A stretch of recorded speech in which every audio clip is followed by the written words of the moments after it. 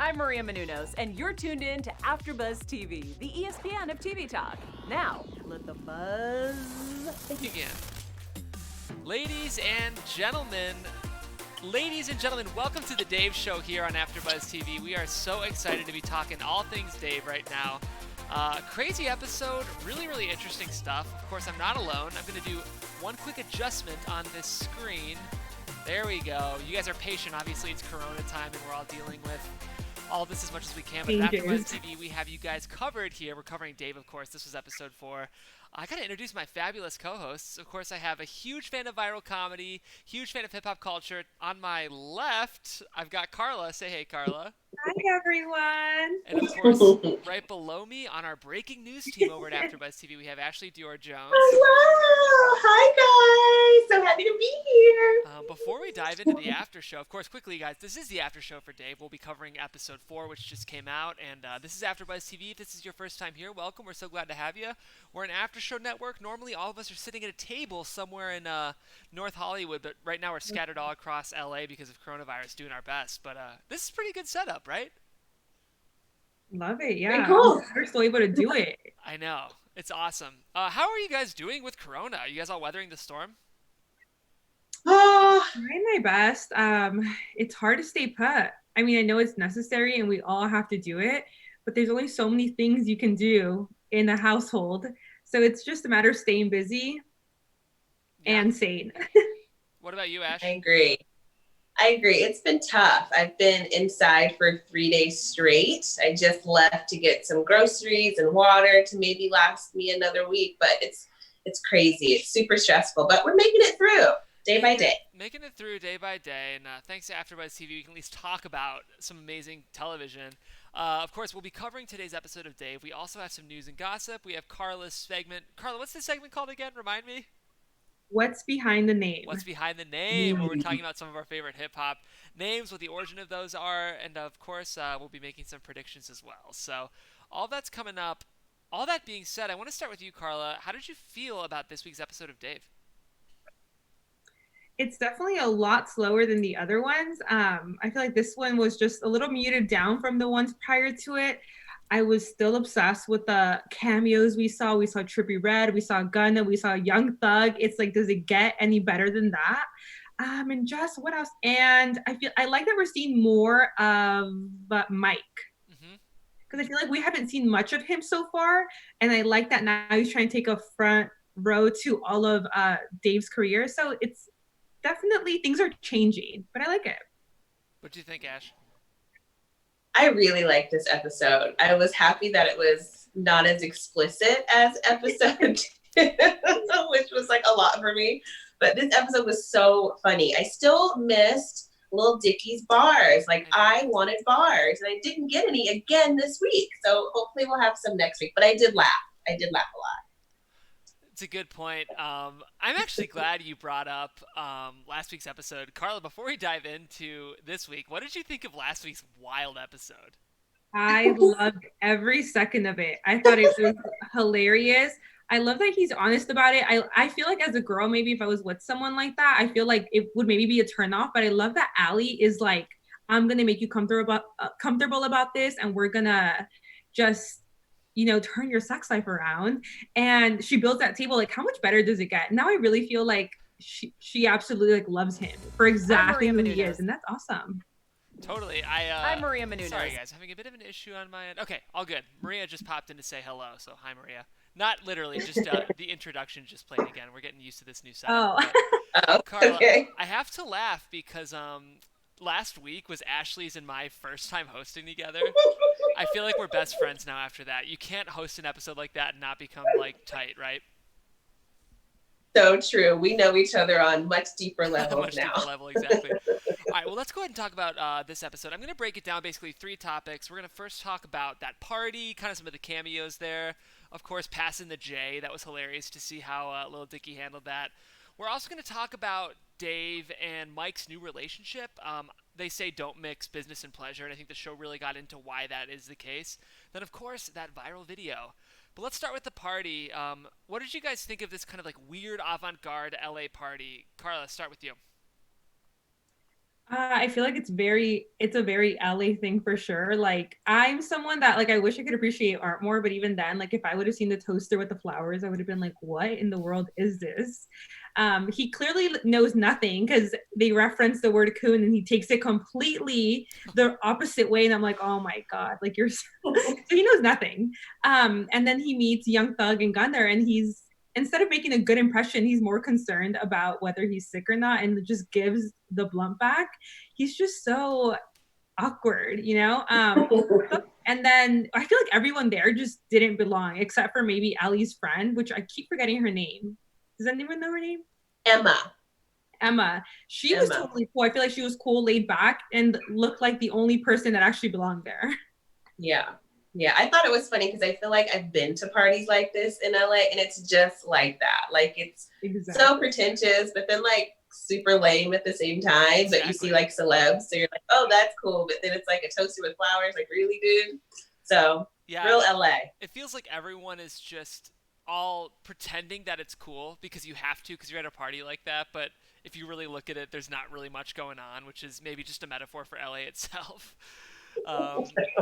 But yeah, did any of you guys react to like how topical it was that Lil Dicky was so nervous about getting sick from the blunt?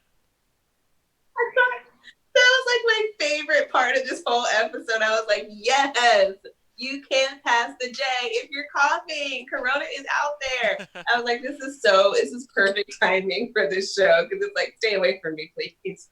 I love Dave's reaction. It was amazing. It was so funny.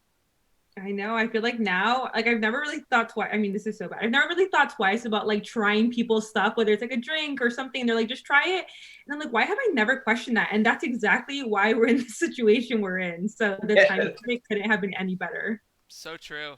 Do you guys think that Ellie's gonna have some new clients after the party?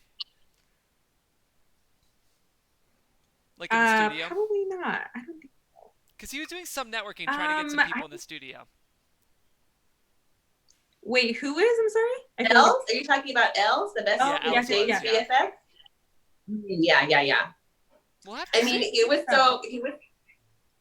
so awkward, like going up to what was the rapper? Trippie Redd.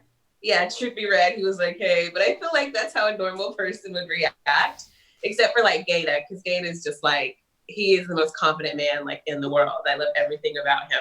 I thought him trying to like, oh, you know, like our parent, my mama and your mama, like, you know, we're like cousins. We met at that cookout one time. Like that is so real. Like we do that all the time with people. We have no idea who they are. I love it. I feel like if Els had Gaeta's personality, he'd be like perfect. Because like you said, Gaeta is just like the most confident person, has no shame in asking for anything. I feel like that's kind of how you have to be in this industry. Like you can't really be the shy one because it's like you will be overlooked 1,000 times. And I feel like if Gaeta wasn't there, he definitely would have never walked with Trippie Redd. 100%.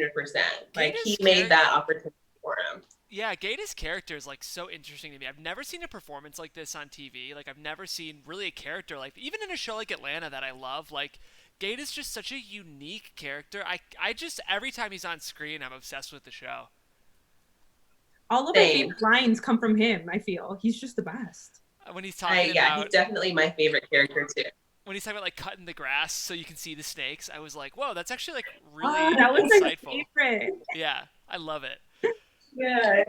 Keep it in the family. Keep it in the family. Keep it in the family. I love it. All right, well, let's talk about, obviously, Mike at this party starts talking to a music manager, and that gets the gears turning. Maybe he should be managing Lil Dicky's career.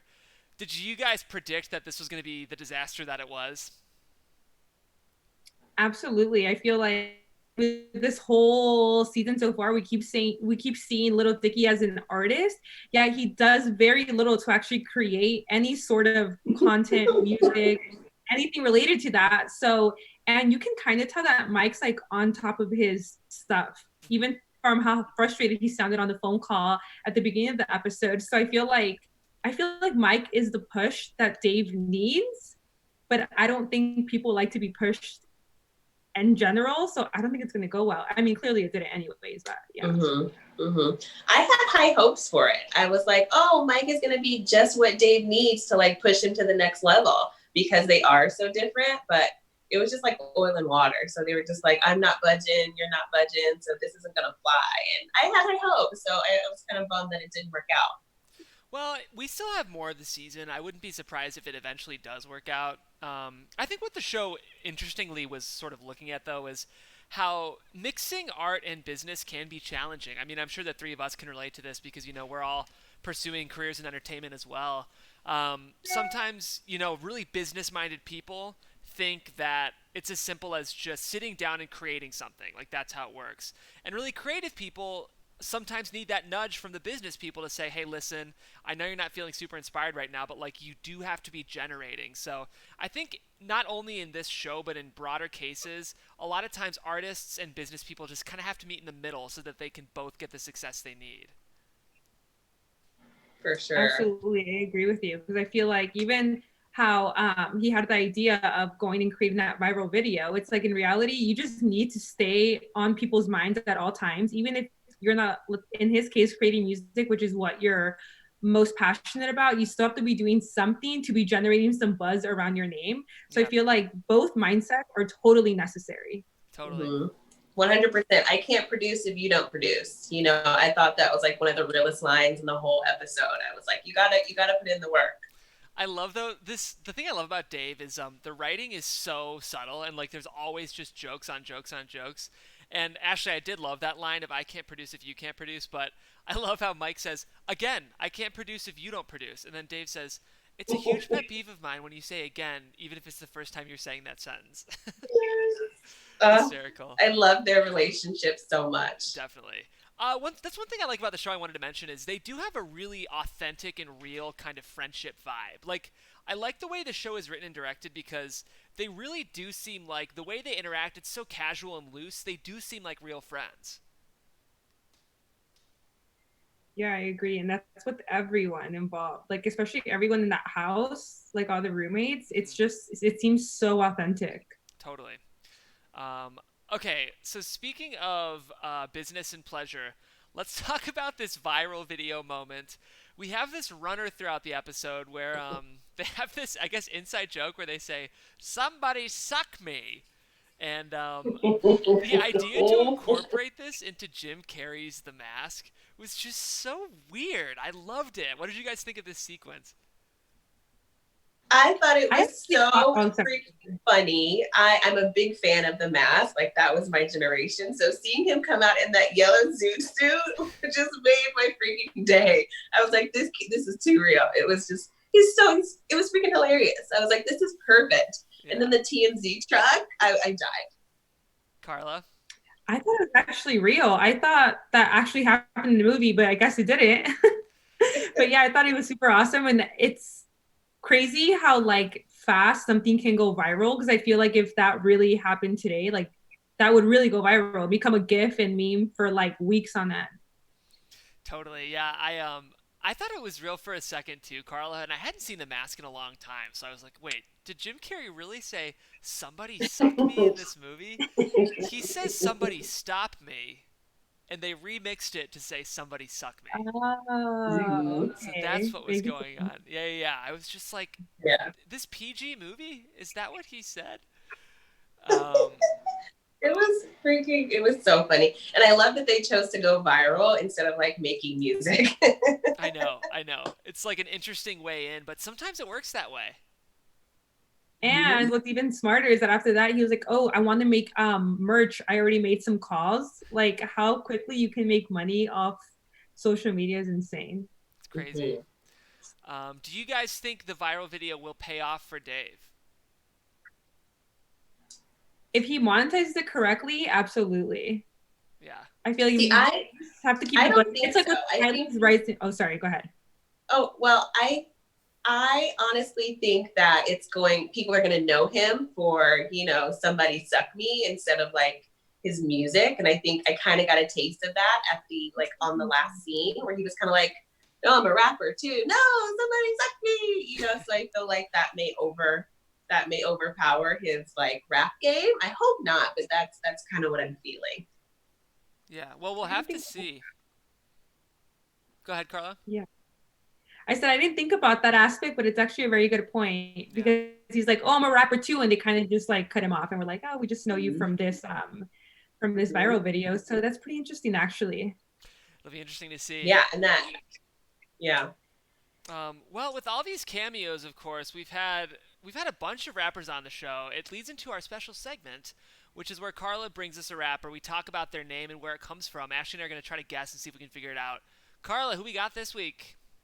So this week I have Big Sean. What do we think, or how do we think Big Sean got his name? I'll let Ashley go first. What are some thoughts? Anything you throw out is totally fine. Maybe when he was growing up, people thought his head was too big for his body. So they called him like Big Sean instead of Little Sean. Potentially. What do you think, Jeff? Okay, is his name Sean in real life? That's a dumb question. Yes. Okay, so at least his name is Sean. So that's where the Sean part comes from. In terms of what do we think is big? He's got a big ego. You have to when you're a rapper, right? Lil Dicky talks about that. Maybe it has to do with his ego. So I feel like it's so crazy because you see these rappers with like these bigger than life personas, like with their money and like their lifestyle, and then you look up their names and it's like the mushiest, randomest story ever. Like last week or 2 weeks ago, Tyga from like his mom calling him Tiger Woods. Well, this week it's Big Sean. And so when he grew up in Detroit actually, and he had a mentor growing up, and his name was also Sean. His mentor, Sean, was 6'8". So as you can imagine, a massive guy. Big Sean, if you guys don't already know, he's like a pretty, like, I don't want to say scrawny because that's like not a nice word, but he's a small guy and he's only 5'8". So that he's not very tall. So even then when he was with his mentor, he was a short guy, and this was around like 12 years old. He was 4'8". So as a joke, the community swapped their names around. So the actual tall Big Sean, they would call him Little Sean, and then the Little Sean was Big Sean. So that just kind of stuck for a lifetime, and that's his rapper name now. I love it. Thanks for the tea, Karla. Thanks so much. Yeah. We do have some news and gossip.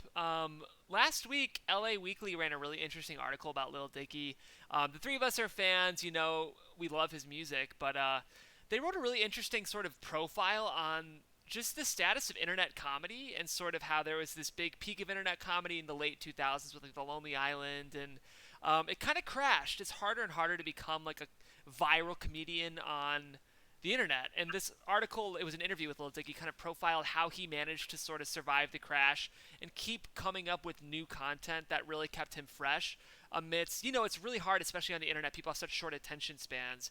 It's really hard to kind of keep that momentum. And the article talked about the sort of strategies that Lil Dicky used to keep that going. So it's pretty interesting and worth checking out. Ooh, that sounds good. We'll take a look at that. Will do. Check it out. Okay, final segment we have on the show is, of course, our predictions.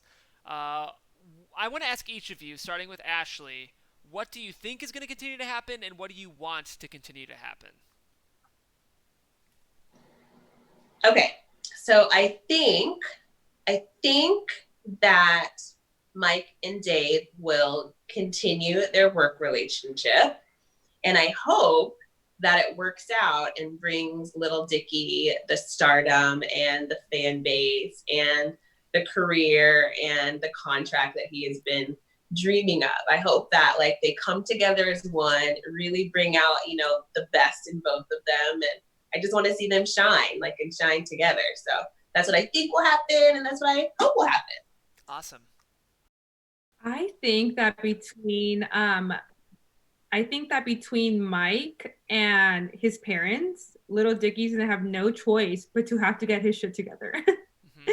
I feel like they're already all three conspiring against him, like, get your money together, like just basically be a responsible adult that's working towards something. So I think we're going to see that happen. I think we're going to see a lot more of his parents, which I've been asking for since episode 1 when we first saw them. They're hilarious. And they bring a good take to the show, in the sense that they have no idea what like modern culture is like when it comes to like social media and like stars and rappers and what viral means and YouTube. So I think they're going to bring a nice little element to the show. Totally agree. I am interested to see Allie and Dicky's relationship a little more. I really liked them last week, but I feel like Allie is a little too generous with Dave right now. I feel like he kind of needs to get his ass kicked, and I feel like she's the one to do it. And maybe she'll help him get motivated to sort of start, as we said, producing more content, because that's what he needs to do. So I like Allie. I like that performance a lot, but I want to see her get maybe a little more of a backbone and not be afraid to sort of push back on Dicky's BS. That's how I feel. And guys, that's the show. We did it. Yes. Yay! But we will be back after Buzz TV. This was, of course, the DAVE Aftershow. We covered episode 4. We will be back next Thursday. I'm assuming, until we hear differently, that the entire season will air. I think it was all in the can before they started airing it on FX. So assume that you'll keep seeing us. Hopefully it's in person, but if not, we'll do it remotely over Zoom like this again. We're going to talk after this broadcast to try to get some guests on here, too. So make sure you stay tuned for that. In the meantime, you can follow us on Twitter. Karla, if they want to keep up with what you're doing, what's the best place to do that? You can follow me on Instagram at Karla Contreras and Twitter at Karla_C. Great. And what about you, Ash? And you guys can follow me on all social media platforms at Ashley Dior Jones. Great. And you guys can follow me on, Twitter at Jeffrey C. Graham and Instagram at Jeffrey Crane Graham. Stay tuned to AfterBuzz TV. We're doing everything we can right now to make sure that we're getting all your content covered. And, subscribe, like. Thank you. We'll see you next week. Bye. Our founder, Keven Undergaro, and me, Maria Menounos, would like to thank you for tuning in to AfterBuzz TV. Remember, we're not just the first, we're the biggest in the world, and we're the only destination for all your favorite TV shows. Whatever you crave, we've got it. So go to AfterBuzzTV.com and check out our lineup. Buzz you later. The views expressed herein are those of the hosts only and do not necessarily reflect the views of AfterBuzz TV or its owners or principals.